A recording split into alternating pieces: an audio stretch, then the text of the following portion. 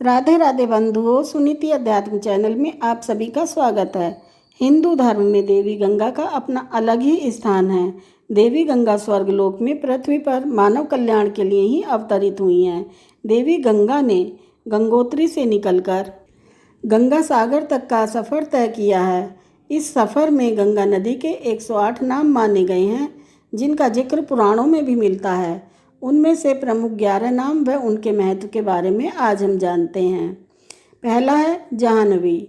जब देवी गंगा स्वर्गलोक से पृथ्वी पर आ रही थी तो रास्ते में जहनु ऋषि का आश्रम था।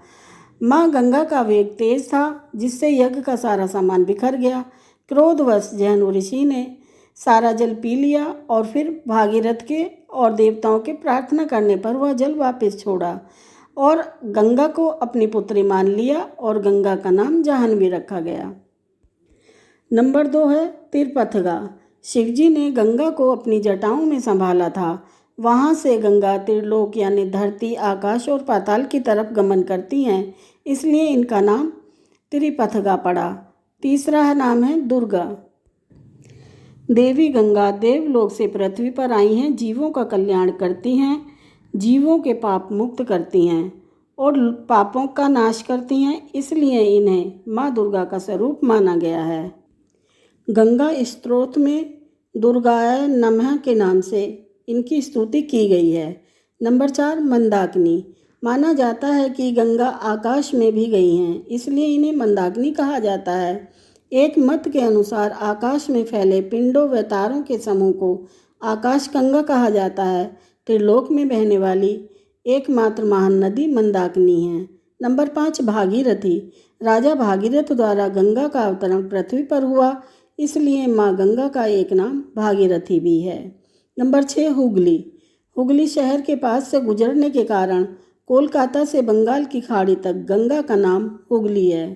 नंबर 7 शिवाया। गंगा नदी को शिवजी ने अपनी जटाओं में स्थान दिया, इस कारण इनका नाम शिवाया पड़ा। नंबर 8 मुखिया। गंगा भारत की सबसे पवित्र और मुख्य नदियों में है, इसलिए इनका नाम मुखिया पड़ा है। नंबर 9 पंडिता। गंगा स्तोत्र में इनको पंडिता समपूज्या कहा गया है, अर्थात यह नदी पंडितों के समान पूजी जाती हैं, इसलिए इनका नाम पंडिता है। नंबर 10 उत्तर वाहिनी। हरिद्वार से उत्तर प्रदेश के विभिन्न शहरों से बहती हुई काशी में आकर एक वलय लेती हैं, इस कारण इन्हें उत्तर वाहिनी कहा जाता है। नंबर 11 देव नदी। इस नदी को स्वर्ग की नदी माना गया है। देवताओं के लिए भी यह पवित्र नदी मानी गई है। वेद, पुराण, रामायण, महाभारत कई धार्मिक ग्रंथों में गंगा की महिमा का वर्णन मिलता है, इसलिए माँ गंगा को देव नदी भी कहा गया है। जिस प्रकार एक माँ अपने बच्चों की गलतियों को माफ़ कर उन्हें गले लगाती है, उसी प्रकार माँ गंगा मानव द्वारा किए गए पापों का नाश कर उनका कल्याण करती हैं। जय माँ गंगा।